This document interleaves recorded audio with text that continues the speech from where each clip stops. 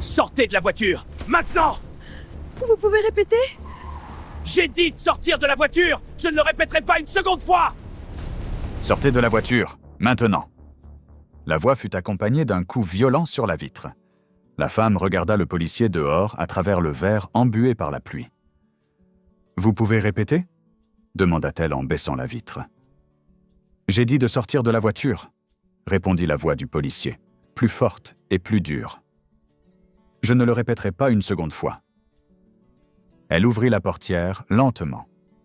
La pluie tombait fortement, détrempant immédiatement l'asphalte. Il était 10h30 du soir, un mardi, et la rue était presque vide, sauf pour la voiture de police arrêtée derrière la vieille Peugeot 208 de 2012 avec les gyrophares allumés. La femme avait un peu plus de 40 ans, la peau noire brillant sous la pluie, les cheveux crépus attachés en queue de cheval mouillée. Elle portait des vêtements simples, jeans noirs, t-shirt en coton et baskets usées. Pas de maquillage. De profondes cernes marquaient son visage. L'apparence de quelqu'un qui venait de vivre une journée longue et difficile. Dès qu'elle sortit du véhicule, la pluie commença à tremper ses vêtements. Elle resta immobile, les bras le long du corps, essayant de ne faire aucun mouvement brusque. « Vos papiers !» ordonna le policier. Il était jeune, peut-être 28 ans. Blanc, épaules larges, expression dure. L'identification sur l'uniforme indiquait « Adrien Moreau, caporal ». Sa main restait proche de son arme. « Ils sont dans mon sac sur le siège », répondit-elle calmement. « Je peux les prendre ?»« Doucement », avertit le caporal sans retirer sa main du holster. Elle se pencha dans la voiture et prit le vieux sac en cuir sur le siège passager. Des mouvements lents et calculés.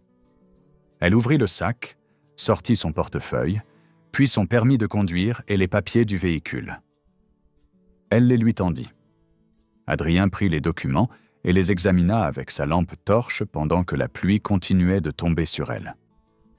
Il regarda la photo sur le permis, puis son visage, puis la voiture, puis les documents à nouveau. « Cette voiture est vraiment à vous ?» demanda-t-il d'un ton clairement sceptique. « Oui, monsieur », confirma-t-elle en gardant une voix respectueuse malgré l'eau qui coulait dans son cou. « Comment vous l'avez achetée ?»« Je ne l'ai pas achetée, » expliqua-t-elle. « Elle appartenait à mon frère. Il est décédé. Elle m'est restée. » Adrien la regarda avec une expression mélangeant scepticisme et autre chose, plus difficile à définir. Puis il fit signe à un autre policier près de la voiture. « Marc, viens voir !» appela-t-il. Le second policier s'approcha. Encore plus jeune, peut-être 25 ans. Mince, blanc. Il regarda la femme trempée avec la même suspicion. « Quel est-ce le problème ?» demanda Marc Lefebvre. « Véhicule possiblement volé », déclara le caporal assez fort pour qu'elle entende. « Je vais fouiller. »« Mais les documents sont en règle !» protesta-t-elle calmement. « Les documents peuvent être falsifiés », répondit Adrien. « Ouvrez le coffre, maintenant. » Elle hésita une seconde. Pas par peur, mais parce qu'elle évaluait rapidement si cela valait la peine de discuter. Elle décida que non. Du moins pas encore. Elle marcha jusqu'à l'arrière du véhicule, prit la clé et ouvrit le coffre. À l'intérieur, il n'y avait qu'un manteau plié et une petite boîte à outils. « Sortez tout et mettez ça par terre », ordonna le policier. « Il pleut », fit-elle remarquer. « Je sais qu'il pleut », répondit Adrien avec impatience. « Sortez-les quand même !» Elle posa le manteau et la boîte à outils sur l'asphalte mouillé. Adrien inspecta le coffre avec sa lampe, tapant les parois à la recherche de compartiments cachés. Il ne trouva rien, parce qu'il n'y avait rien. « Maintenant les sièges arrière », dit-il. « Ouvrez. » Elle ouvrit la porte arrière. Adrien et Marc commencèrent à fouiller. Ils prirent le manuel de la voiture et le jetèrent au sol. Ils soulevèrent les tapis. Ils fouillèrent la boîte à gants, jetant tout par terre. Mouchoirs, stylos, reçus. Pourquoi êtes-vous pressé de partir ? Demanda Adrien. Pourquoi cette urgence ? Je veux juste rentrer chez moi, répondit-elle. La journée a été longue. Longue à faire quoi ? Demanda le policier en la regardant de haut en bas. Vous travaillez dans quoi ? Service public, répondit-elle vaguement. Quel genre de service public ? Sécurité, répondit-elle. Adrien éclata de rire. Marc aussi. Sécurité ? Répéta le caporal avec sarcasme. Vous ? Dans la sécurité ? Comme quoi ? Femme de ménage dans un commissariat ? Elle ne répondit pas. Elle resta là sous la pluie pendant qu'il fouillait ses affaires. C'est alors que Marc trouva le sac resté sur le siège avant. Il l'ouvrit sans demander. « Tiens donc, qu'est-ce qu'on a là ?» C'était un badge, un insigne métallique argenté. Marc l'examina à la lumière. « Un badge de police, dit-il. Et regardez ça, d'un policier mort. » Adrien prit l'insigne. « Rafael Santos, lut-il. Mort en 2014. » Il leva les yeux vers elle. « Et pourquoi vous vous promenez avec le badge d'un policier mort ?»« Je l'ai déjà expliqué, » répondit-elle. « C'était celui de mon frère. Il est mort en service. »« Bien sûr, » répondit Adrien avec sarcasme. « Et vous vous promenez simplement avec. Rien de suspect. » Elle murmura doucement. « S'il vous plaît, rendez-le-moi. Il est important pour moi. » Adrien regarda l'insigne. « Important ?» Puis il fit quelque chose qui arrêta son monde. Il jeta l'insigne au sol, et avant qu'elle puisse réagir, il posa sa botte dessus, et écrasa. Le métal se déforma. Le verre du blason se fissura. « Non !» cria-t-elle. Mais c'était trop tard. Adrien retira son pied et poussa l'insigne vers elle avec la botte. « Voilà, vous pouvez récupérer votre faux badge. » Elle s'agenouilla immédiatement sur l'asphalte mouillé. Elle prit l'insigne avec les deux mains, comme s'il s'agissait d'un objet sacré, profané. Le métal était tordu, le verre brisé. Des années de souvenirs détruites en une seconde. Les larmes se mêlaient à la pluie sur son visage. Ses épaules tremblaient. « Levez-vous !» ordonna Adrien. « Arrêtez votre scène. » Elle se releva lentement. Quand elle le regarda, quelque chose avait changé dans ses yeux. Ce n'était plus seulement de la tristesse, c'était une colère froide, contrôlée, dangereuse. « Vous n'aviez pas le droit, » dit-elle. « Pas le droit de faire mon travail ?» répondit Adrien. « Soyez sûr d'une chose, » dit-elle. « Je vais le signaler. »« Parfait, » répondit Adrien en haussant les épaules. « Maintenant tournez-vous, les mains derrière le dos. » Elle cligna des yeux. « Quoi ? Vous allez être placé en détention pour une vérification plus approfondie, » annonça Adrien en retirant les menottes de sa ceinture. « Résistance à l'autorité, possession d'un objet d'origine douteuse et comportement suspect. »« Vous ne pouvez pas, » commença-t-elle. « Si, je peux, » interrompit le caporal. « Tournez-vous, maintenant, ou j'ajoute résistance à l'arrestation à la liste. » Elle regarda autour d'elle. La rue était vide. Il n'y avait personne pour témoigner, personne pour aider. Elle était complètement seule avec 3 policiers qui avaient déjà décidé qui elle était. Lentement, elle se tourna. Elle mit les mains derrière son dos. Elle sentit le métal froid des menottes se refermer autour de ses poignets. Le clic fut définitif et humiliant. « Asseyez-vous là sur le trottoir !» ordonna le policier en la poussant doucement mais fermement vers le bord du trottoir. Elle s'assit, sur le trottoir mouillé, menottée, tenant le badge écrasé de son frère mort contre sa poitrine comme si c'était la seule chose qui restait au monde. La pluie continuait de tomber. Et pour la première fois en 23 ans de carrière, Marina Santos, agente du FBI depuis 2 décennies, vétérane de centaines d'opérations, future directrice du FBI, dont la prise de fonction officielle aurait lieu dans moins de 12 heures, se demanda si elle avait fait les bons choix dans sa vie. Parce qu'à cet instant, mouillée, menottée, humiliée, tenant le morceau de métal écrasé qui représentait son frère mort, en croyant que le système pouvait être changé de l'intérieur, elle ne se sentait directrice de rien. Elle se sentait exactement comme ce qu'Adrien pensait qu'elle était. Juste une femme noire de plus au mauvais endroit, au mauvais moment. Et le pire était de savoir qu'elle pouvait arrêter tout cela avec 3 mots. Je suis du FBI. 3 mots et l'humiliation s'arrêterait. 3 mots et Adrien serait en train de s'excuser désespérément. 3 mots et elle serait au sec et en sécurité en rentrant chez elle. Mais elle ne les dit pas. Parce que si elle les disait maintenant, rien ne changerait.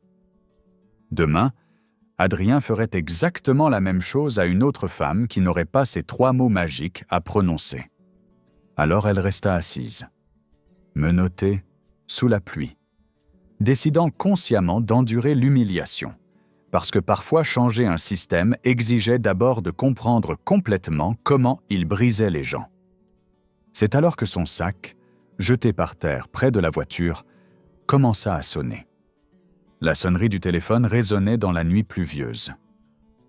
Adrien prit le sac et sortit le téléphone. Il regarda l'écran. « Laura, fille !» lut-il à voix haute. « Ta fille appelle. » Il répondit avant qu'elle puisse protester. « Allô ?» dit Adrien au téléphone. « Ta mère est un peu occupée pour le moment. Rappelle plus tard. » Marina entendit la voix de Laura de l'autre côté, étouffée, mais audible. « Qui êtes-vous ? Où est ma mère ?» demanda Laura d'une voix inquiète. « Je suis policier, » répondit Adrien. « Ta mère est retenue pour vérification. Tu rappelleras plus tard. »« Retenue !» cria Laura. « Pourquoi ? Qu'est-ce qu'elle a fait ?»« Ça ne te regarde pas, petite, » répliqua le caporal. « Maintenant raccroche, je travaille. »« Attendez, ma mère !» tenta Laura. Adrien raccrocha. Il jeta le téléphone dans le sac. « Sacrée fille dramatique », commenta Adrien. Marina ne répondit pas. Elle resta simplement assise là, menottée, sous la pluie, tenant le badge écrasé, sachant que Laura était chez elle, paniquée, sans comprendre ce qui se passait. Et pour la première fois depuis que le contrôle avait commencé 20 minutes plus tôt, Marina commença à douter de sa décision de ne pas révéler qui elle était. Parce que ce n'était plus seulement à propos d'elle. C'était à propos de Laura, inquiète à la maison. C'était à propos de la dignité écrasée sous la botte d'un policier qui avait décidé qu'une femme noire conduisant une vieille voiture ne pouvait être qu'une criminelle. C'était à propos d'un système tellement brisé que même la personne sur le point de diriger le FBI n'y échappait pas lorsqu'elle était sans uniforme. Le téléphone sonna à nouveau. Adrien le regarda. Il ne répondit pas. Il le laissa sonner jusqu'à ce que la messagerie prenne. « Tu vois ?» dit Adrien à Marc. « Même sa fille est insistante. La pomme ne tombe jamais loin de l'arbre. » Marc rit. Un troisième policier qui était resté dans la voiture tout ce temps descendit enfin et s'approcha. Il était plus âgé, peut-être une 30aine d'années, noir, avec une expression mal à l'aise sur le visage. Son badge indiquait « Jefferson Silva ». « Caporal » dit Jefferson avec hésitation. « Vous ne pensez pas qu'on a vérifié assez ? Les papiers sont en règle. On n'a rien trouvé dans la voiture. »« Je n'ai pas terminé la vérification, » répondit Adrien sans regarder Jefferson. « Mais elle est menottée sous la pluie depuis 15 minutes, » insista Jefferson. « Ce n'est pas... » « Pas quoi, Jefferson ?» Adrien se tourna vers lui avec une expression dure. « Tu remets mon autorité en question ?»« Non, monsieur, » recula Jefferson. « Je pense juste que peut-être... »« Alors tais-toi et laisse-moi faire mon travail, » coupa Adrien. Jefferson regarda Marina assise, menottée sur le trottoir. Il y avait quelque chose dans ses yeux. De la reconnaissance ? De la pitié ? Ou simplement l'inconfort de voir quelqu'un qui lui ressemblait être traité ainsi. Mais il ne dit rien de plus. Il retourna simplement à la voiture. Marina observa tout cela en silence. Elle vit Jefferson reculer. Elle vit l'omission. Elle vit comment le système fonctionnait, pas seulement à travers les Adriens qui abusaient activement du pouvoir, mais aussi à travers les Jefferson qui voyaient l'abus et restaient silencieux. Et alors quelque chose se brisa en elle, pas violemment, lentement, comme un barrage qui se fissure. Elle sentit la première larme couler, mêlée à la pluie. Puis une autre, puis d'autres. Ses mains menottées derrière le dos commencèrent à trembler. Pas de froid, bien qu'elle fût glacée, mais de rage, d'humiliation, de douleur accumulée après 23 ans à voir cela arriver à d'autres et à le ressentir maintenant dans sa propre peau. Elle regarda le sol mouillé entre ses pieds. Elle vit le reflet déformé des lumières de la voiture de police dans la flaque d'eau. Elle vit sa propre silhouette courbée, réduite, menottée. Et elle pensa, c'est ainsi qu'ils se sentent. Toutes les personnes qu'elle avait vues être arrêtées, fouillées, humiliées, tous les rapports qu'elle avait lus sur le profilage racial, toutes les statistiques qu'elle avait étudiées, tout cela avait été abstrait.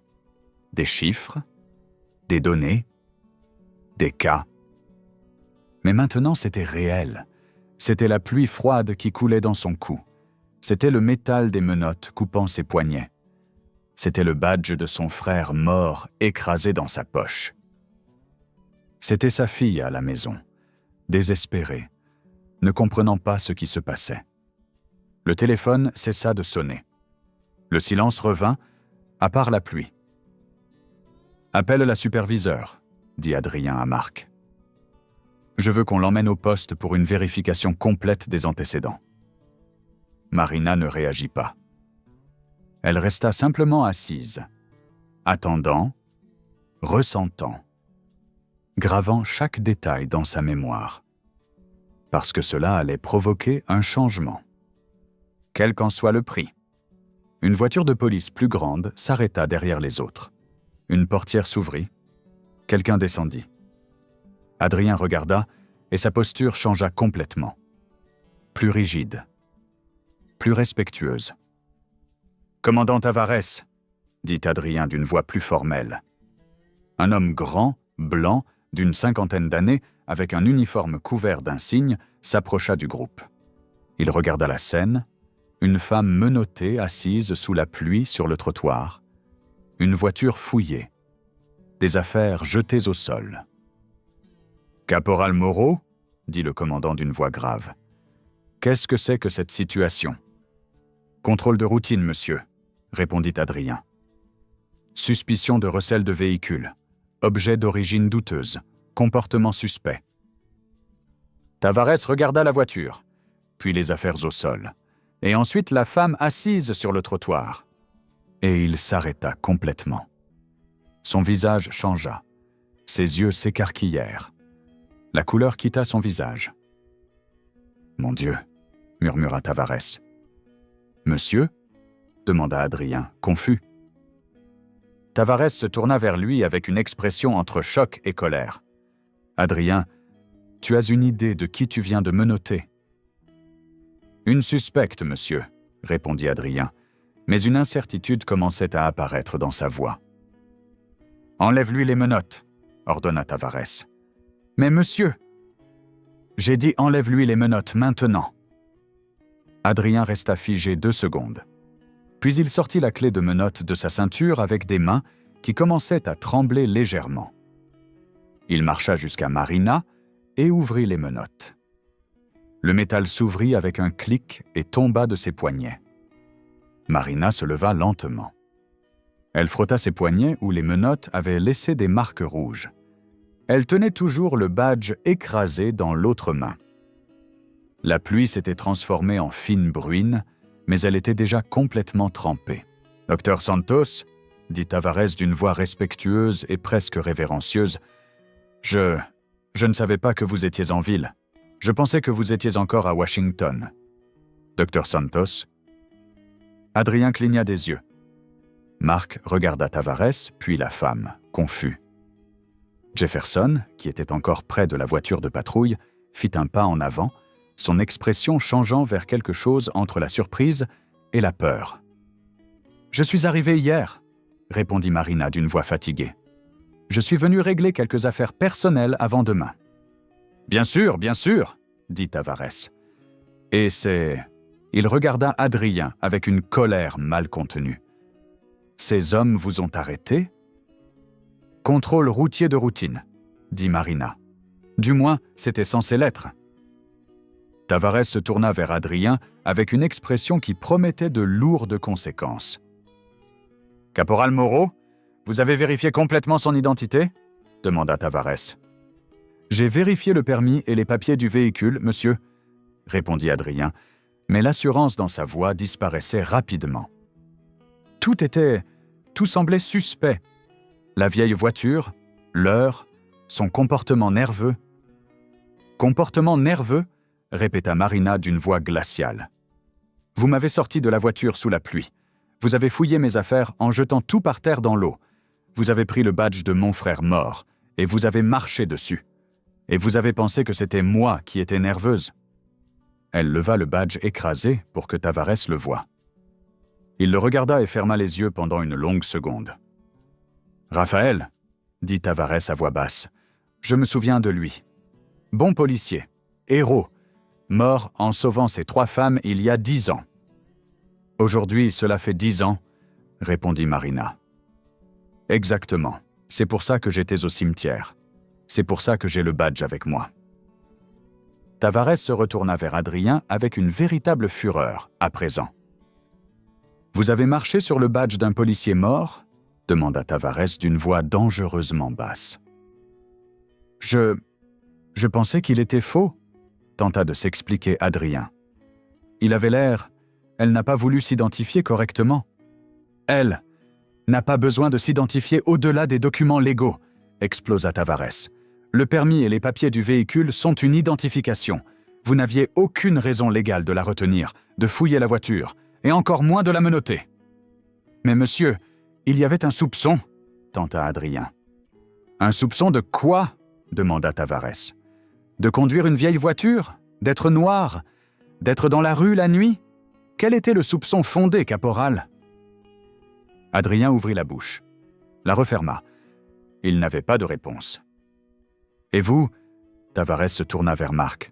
« Vous avez participé à tout cela ?»« Je ne faisais que suivre les ordres du caporal, monsieur, » répondit rapidement Marc.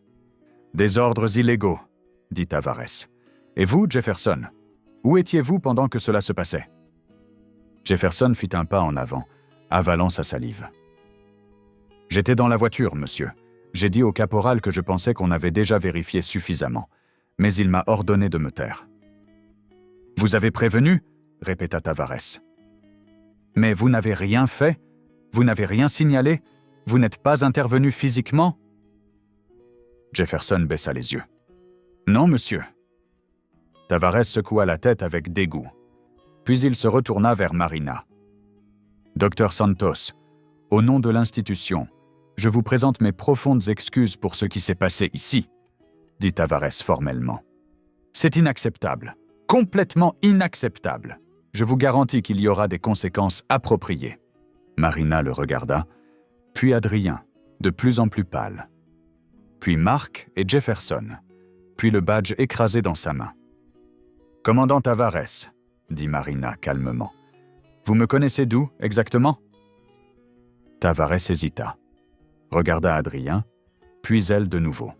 « De la Conférence nationale sur la sécurité publique, en septembre, » répondit Tavares. « Vous y avez donné une conférence sur l'intégration entre forces de police locales et fédérales. C'était très éclairant. »« Et quelle est ma fonction actuelle ?» demanda Marina. « Vous êtes... » commença Tavares, mais il s'interrompit, regardant Adrien. « Peut-être devrions-nous discuter de cela en privé ?»« Non, » répondit fermement Marina. « Ici même, devant eux. Quelle est ma fonction ?» Tavares inspira profondément. « Vous êtes agente spéciale du FBI depuis 23 ans. Et demain, vous serez officiellement investie comme nouvelle directrice du FBI. » Le silence qui suivit fut absolu. La bruine s'était complètement arrêtée maintenant.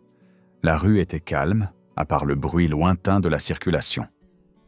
Adrien devint blanc comme un drap.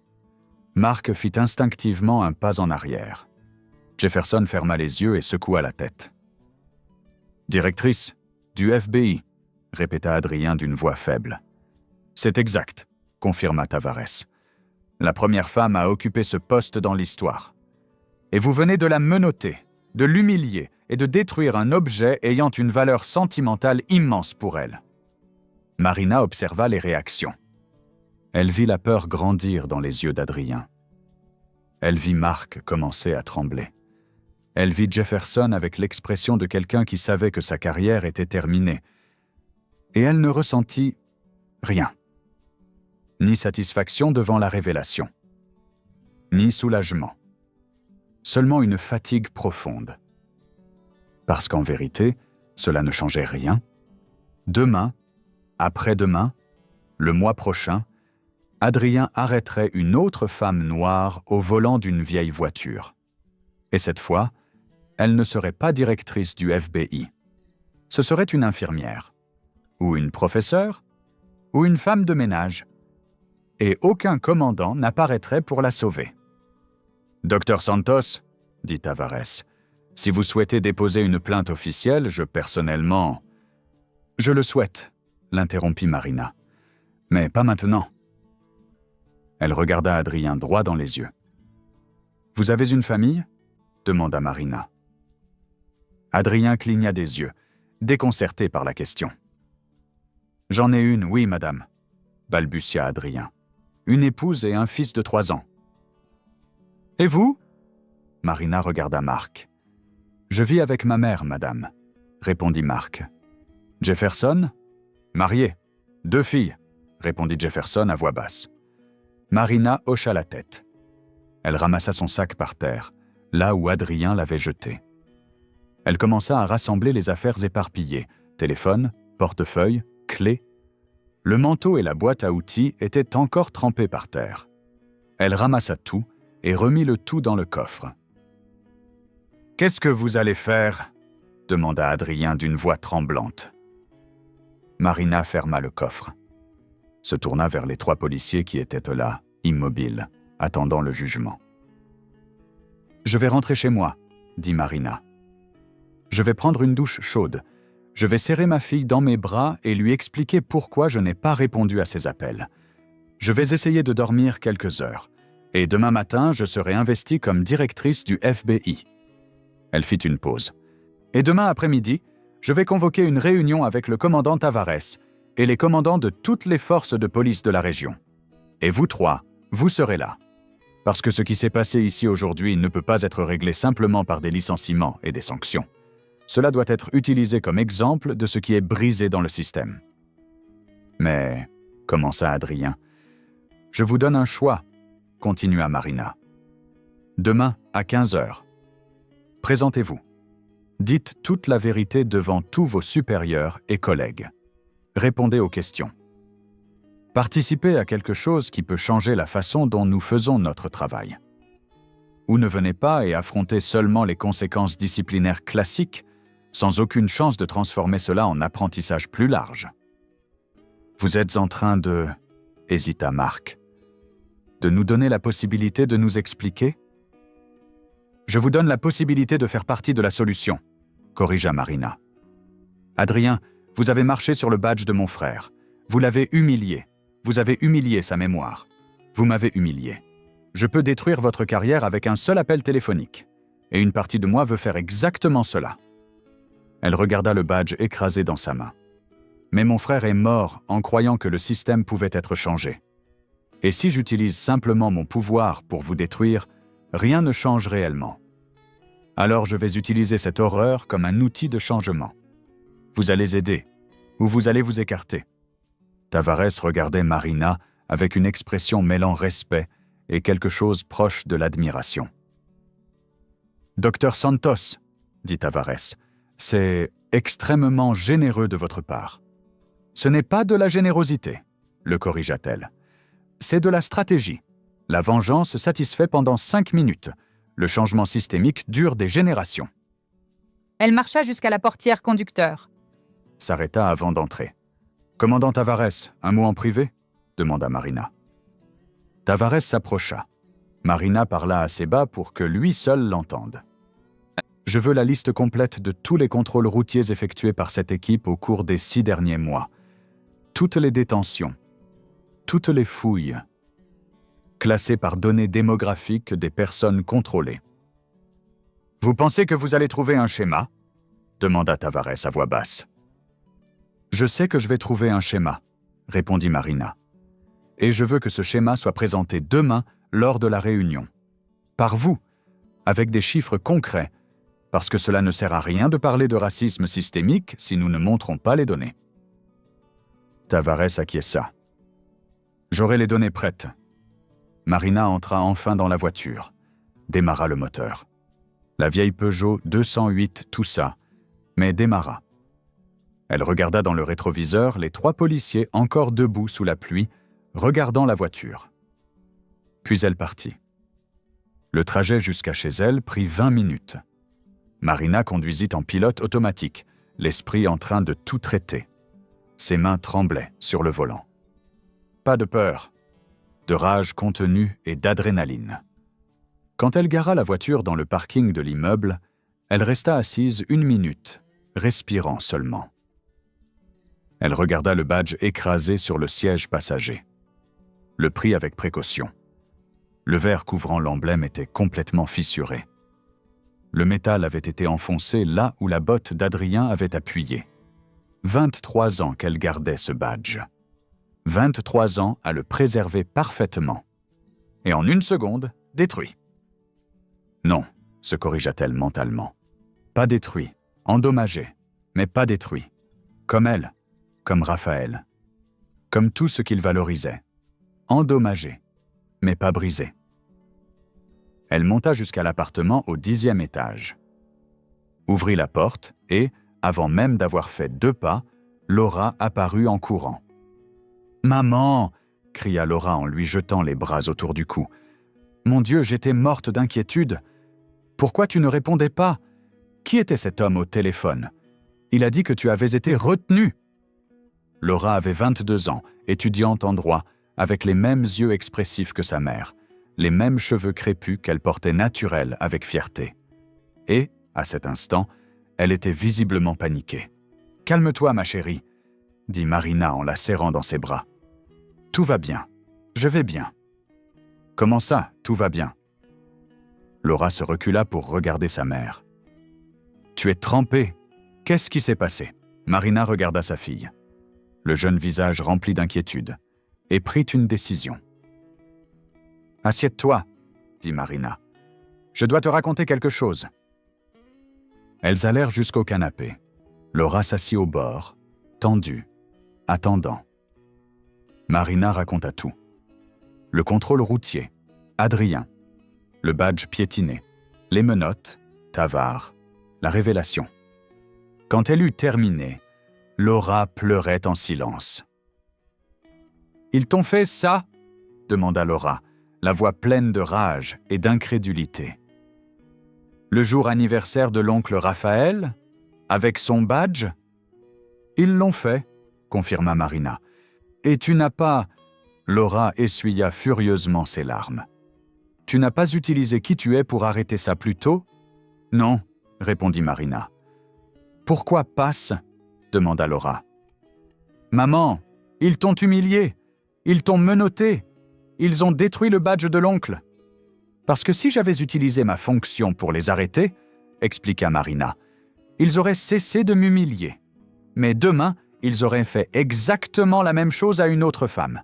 Et elle ne serait pas directrice du FBI.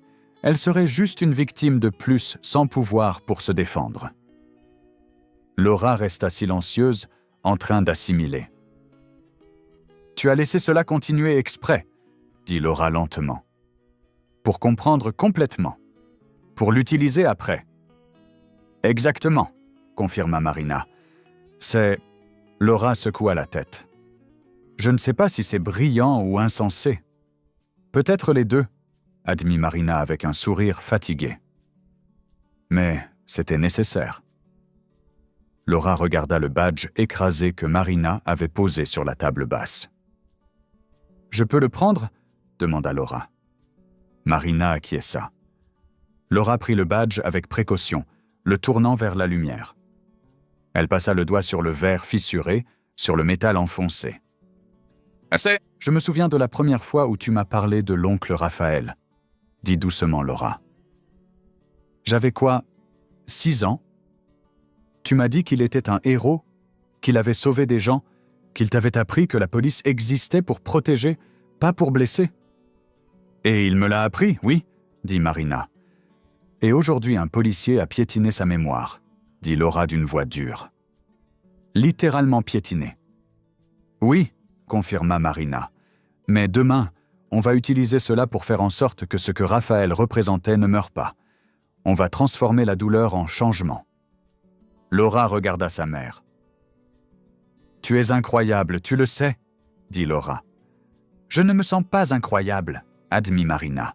« Je me sens fatiguée, blessée, vieille. »« Tu as 45 ans, » dit Laura.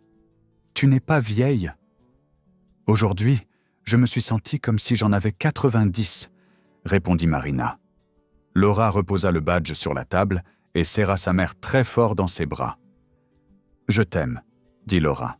« Et l'oncle Raphaël serait tellement fier de toi. » Marina serra sa fille contre elle et laissa enfin les larmes couler. Elle les avait retenues toute la journée. Au cimetière, en parlant devant la tombe. Au contrôle, en étant humiliée, menottée sous la pluie. Mais maintenant, en sécurité chez elle avec sa fille, elle se laissa enfin s'effondrer. Elles pleurèrent ensemble un moment. Puis Laura s'écarta et s'essuya les yeux. « Tu dois dormir, » dit Laura. « Demain sera une longue journée. »« Ce ne sera pas une longue journée, » répondit Marina. « Ce seront 2 longues journées, l'investiture le matin, la réunion l'après-midi. »« Alors tu dois dormir beaucoup, » insista Laura. « Va, prends une douche chaude, je réchauffe le dîner. » Marina acquiesça et alla dans sa chambre. La douche chaude l'aida à réchauffer son corps, mais elle ne réussit pas à laver cette sensation d'humiliation encore collée à sa peau. Elle mit son pyjama, mangea le dîner que Laura avait réchauffé et essaya de dormir. Mais le sommeil ne vint pas facilement. Elle resta allongée dans le noir, à regarder le plafond, repassant mentalement tout ce qui s'était passé. Pensant à Raphaël, pensant à Adrien, pensant à toutes les personnes qui vivaient cela chaque jour sans avoir un poste important auquel se raccrocher ensuite. Elle prit son téléphone. 3 heures du matin. Dans 9 heures, elle serait investie. Dans 12 heures, elle aurait une réunion qui pourrait changer la manière dont la police fonctionnait, ou qui pourrait ne rien changer du tout. Elle ouvrit ses messages. 27 messages non lus. La plupart venaient de collègues du FBI la félicitant pour son investiture. Quelques-uns venaient de journalistes demandant une interview. L'un venait de Tavares, envoyé il y a 15 minutes. Dr Santos, les données que vous avez demandées sont prêtes. Les chiffres sont pires que je ne l'imaginais. 71% des personnes fouillées lors des contrôles de l'équipe du caporal Adrien au cours des 6 derniers mois étaient noires. La population noire de la zone est de 52%. Le schéma est indéniable. À demain. Tavares. Marina regarda les chiffres. Elle sentit la colère se rallumer, mais elle sentit aussi autre chose. De la détermination. Du sens. Une mission. Parce qu'elle avait maintenant des données. Elle avait une preuve concrète. Elle n'avait pas seulement son histoire à elle, mais un schéma démontré. Et demain, elle utiliserait tout cela. Finalement, elle s'endormit à 4h30 du matin. 5 heures plus tard, le réveil sonna à 9h30. Elle se leva, se regarda dans le miroir. De profondes cernes. Un visage fatigué, mais des yeux déterminés. Elle enfila le tailleur qu'elle avait préparé des semaines plus tôt pour l'investiture. Bleu marine, coupe parfaite, chaussures à talons qui la rendaient 5 cm plus grande. Maquillage léger, mais professionnel. Laura apparut à la porte de la chambre. « Tu es magnifique, maman, » dit Laura. « Merci, ma fille, » répondit Marina. « Tu vas tout déchirer, » dit Laura. « À l'investiture comme à la réunion. »« Ou je vais échouer spectaculairement aux deux, » dit Marina. « Impossible, » répliqua Laura avec conviction. « Tu es Marina Santos. Tu ne sais pas échouer. » Marina sourit. Elle prit le badge écrasé posé sur la commode, là où elle l'avait laissé avant de dormir.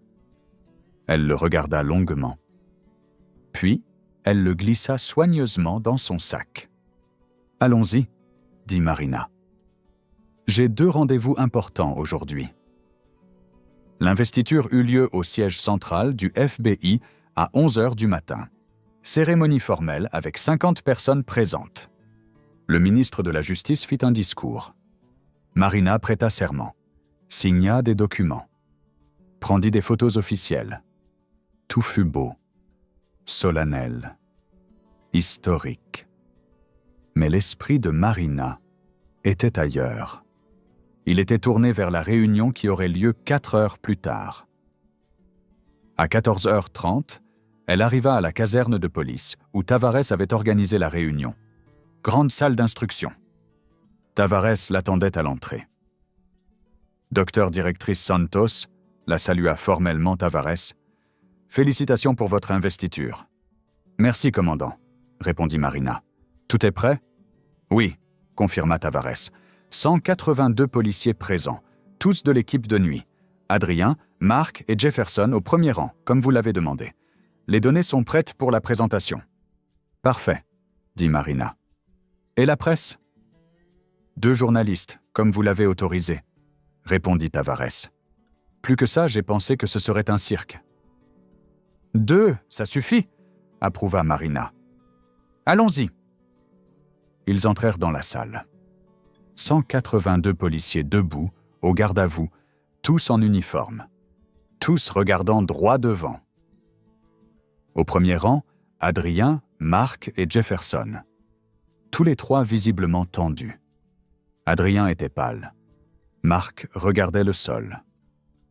Jefferson fixait droit devant lui, avec l'expression de quelqu'un qui avait accepté son destin. Marina marcha jusqu'au devant de la salle, posa son sac sur la table, sortit le badge écrasé, le posa sur la table, où tout le monde pouvait le voir. Le silence dans la salle était absolu. « Repos », dit Marina. 182 policiers quittèrent la position réglementaire, mais restèrent attentifs. « Je m'appelle Marina Santos », commença Marina d'une voix claire qui portait jusqu'au fond de la salle. « Ce matin, j'ai été officiellement investie comme directrice du FBI. Je suis la première femme à occuper ce poste. Et avant cela, j'ai travaillé 23 ans comme agente de terrain. J'ai participé à plus de 200 opérations. J'ai arrêté des trafiquants, des ravisseurs, des meurtriers. » Elle fit une pause. « Mais hier soir, aucune de ces expériences n'a compté. Parce qu'hier soir, j'ai été arrêtée lors d'un contrôle routier de routine. Et ce qui s'est passé ensuite m'a montré exactement pourquoi je suis ici aujourd'hui. » Marina prit le badge et le leva pour que tous puissent le voir. Ceci appartenait à mon frère jumeau, Rafael Santos. Il était policier. Il est mort il y a exactement 10 ans hier. Il est mort en sauvant 3 femmes retenues en otage. Il a reçu 3 balles. Il a survécu assez longtemps pour que j'arrive à l'hôpital. Il m'a fait promettre que, lorsque j'arriverai à une position de leadership, je changerai le système de l'intérieur. Elle regarda directement Adrien. Hier, un policier a pris ce badge. Il a dit qu'il était faux, et il a marché dessus. Des murmures de choc parcoururent la salle. « Il a marché dessus !» répéta Marina. « Avec sa botte, il a tordu le métal, il a fissuré le verre, il a détruit un objet que j'ai gardé pendant 23 ans en mémoire de mon frère mort. » Les murmures devinrent plus forts. Certains policiers regardèrent Adrien avec horreur. « Mais avant qu'on ne piétine le badge, » continua Marina, « d'autres choses se sont produites. On m'a fait sortir de la voiture sous la pluie. Mes affaires ont été fouillées et jetées à terre dans l'eau. On m'a interrogé sur la façon dont j'avais acheté ma voiture. On m'a menotté. Je suis restée assise sur le trottoir, sous la pluie, pendant 20 minutes. Elle regarda autour d'elle dans la salle. Et je sais ce que certains d'entre vous sont en train de penser. Mais si vous êtes directrice du FBI, pourquoi ne l'avez-vous pas dit tout de suite? Pourquoi avez-vous laissé cela continuer? Marina fit une pause, laissant la question flotter dans l'air. Parce que si je l'avais dit, cela se serait arrêté. Mais seulement pour moi. Demain, au prochain contrôle, cela serait arrivé à une autre femme. Qui ne serait pas directrice du FBI? Elle serait infirmière, professeure, femme de ménage, et elle n'aurait aucun pouvoir pour arrêter cela. Tavares s'avança et alluma le projecteur. Des chiffres apparurent à l'écran. Le commandant Tavares a réalisé une analyse des contrôles de l'équipe qui m'a arrêté, dit Marina. Au cours des 6 derniers mois, 71% des personnes fouillées étaient noires. La population noire de la zone est de 52%. Quelqu'un peut-il expliquer cette différence? Silence. Moi je peux, répondit Marina à sa propre question. Cela s'appelle le profilage racial. C'est quand des policiers arrêtent des personnes en fonction de la couleur de leur peau au lieu de se baser sur un véritable comportement suspect. Et c'est illégal. Et c'est exactement ce qui m'est arrivé. Elle se tourna directement vers Adrien. « Caporal Adrien Moreau, levez-vous » Adrien se leva lentement, tremblant. « Dites-moi, » dit Marina, « quel a été exactement le comportement suspect qui justifiait de me faire sortir de la voiture ?» Adrien ouvrit la bouche, la referma. Essaya de nouveau. « La voiture était vieille, madame, » dit Adrien d'une voix faible. « Conduire une vieille voiture est un crime » demanda Marina. « Non, madame. »« Et encore » insista Marina. « L'heure, madame. 10h30 du soir. »« Conduire à 10h30 est un crime » demanda Marina. « Non, madame. »« Et encore » insista Marina. Adrien ne répondit pas. « Allez-y » dit Marina d'une voix plus dure. « Quelle était la véritable raison? Dites-la à tout le monde ici. Honnêtement. » Adrien resta silencieux un long moment. Ses mains tremblaient, son visage était mouillé. Sueur ou larmes, impossible à dire. Quand il parla enfin, sa voix sortit basse et brisée. « Vous êtes noir » admit Adrien. Le silence qui suivit fut absolu. On n'entendait même plus une respiration. « Au volant d'une vieille voiture » continua Adrien, la voix se brisant un peu plus à chaque mot. « La nuit, habillé simplement, je vous ai regardé et j'ai décidé.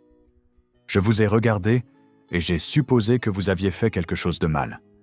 Pas parce que j'avais une preuve, pas parce qu'il y avait un comportement suspect, mais parce que... » Il n'arriva pas à finir.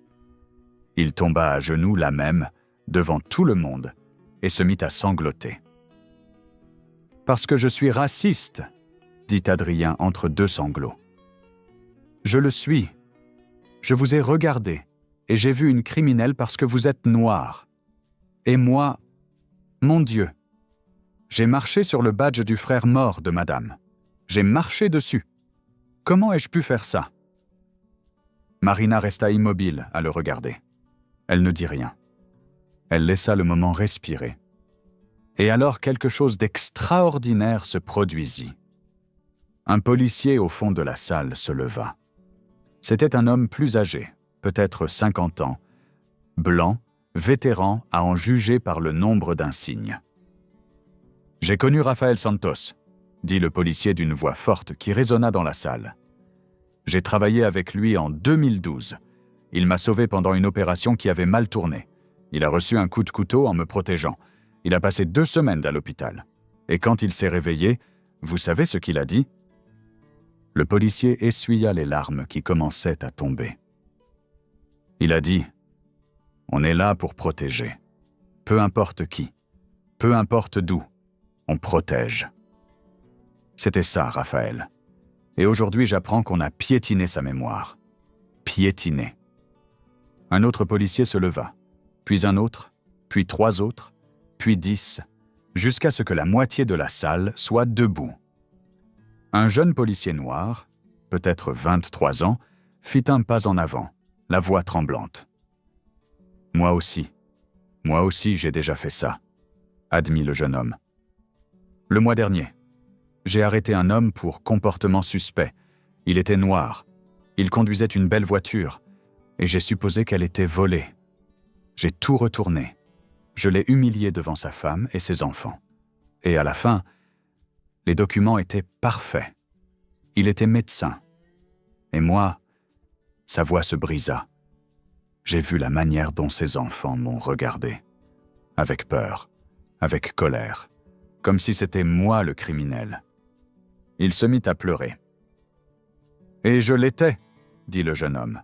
« À ce moment-là, j'étais le criminel. » Une femme policière, blanche, peut-être 30 ans, se leva. « Moi aussi, » dit-elle. « La semaine dernière, une femme noire avec un enfant. Je l'ai arrêtée parce que je l'ai trouvée suspecte. Mais quand j'essaie de me rappeler pourquoi je l'ai trouvée suspecte, je n'y arrive pas. Il n'y avait aucune raison. Il n'y avait que... » Elle marqua une pause.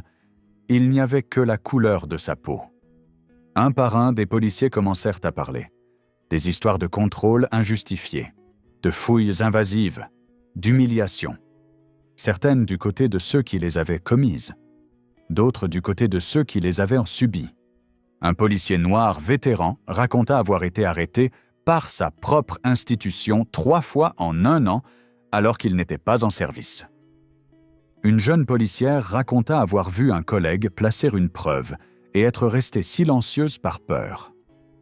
Un autre raconta un usage excessif de la force qu'il n'avait pas signalée. La salle devint un confessionnal collectif. Larmes qui coulaient, voix qui se brisaient. 182 policiers confrontés à des vérités qu'ils avaient enterrées profondément. Marina observa tout cela en silence. Elle n'interrompit pas, elle ne jugea pas, elle laissa simplement les choses se produire.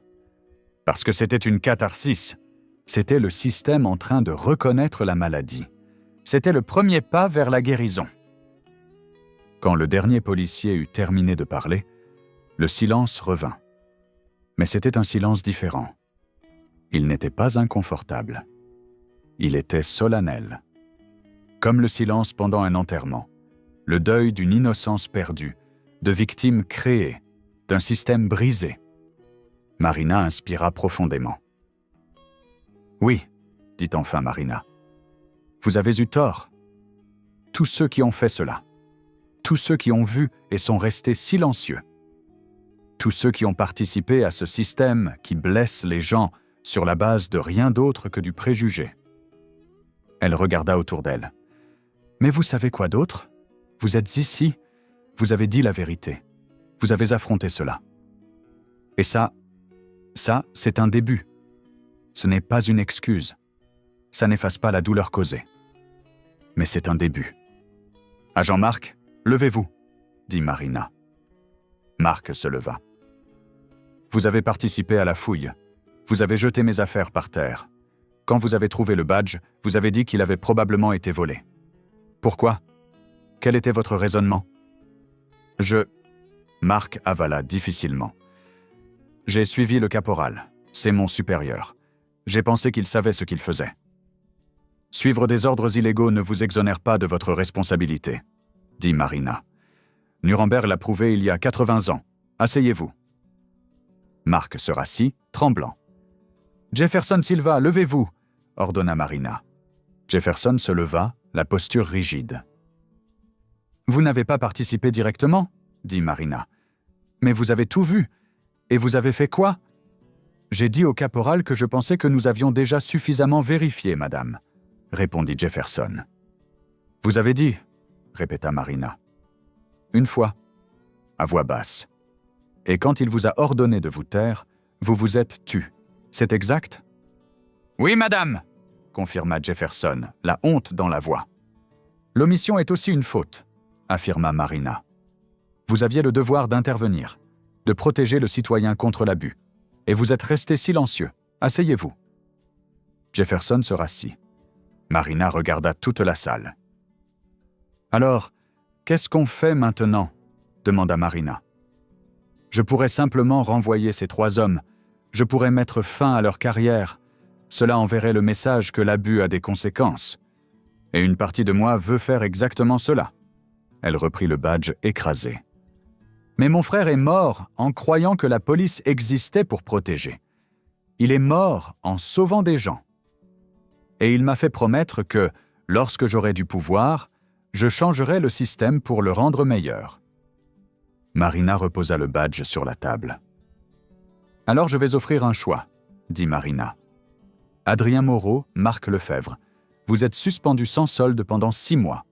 Pendant cette période, vous suivrez une formation complète sur les droits civiques, le profilage racial et l'usage approprié de l'autorité. Cela représente 240 heures. Examen final rigoureux. Si vous réussissez, vous revenez avec un avertissement permanent à votre dossier. Si vous échouez, licenciement automatique. » Adrien et Marc la regardèrent, surpris.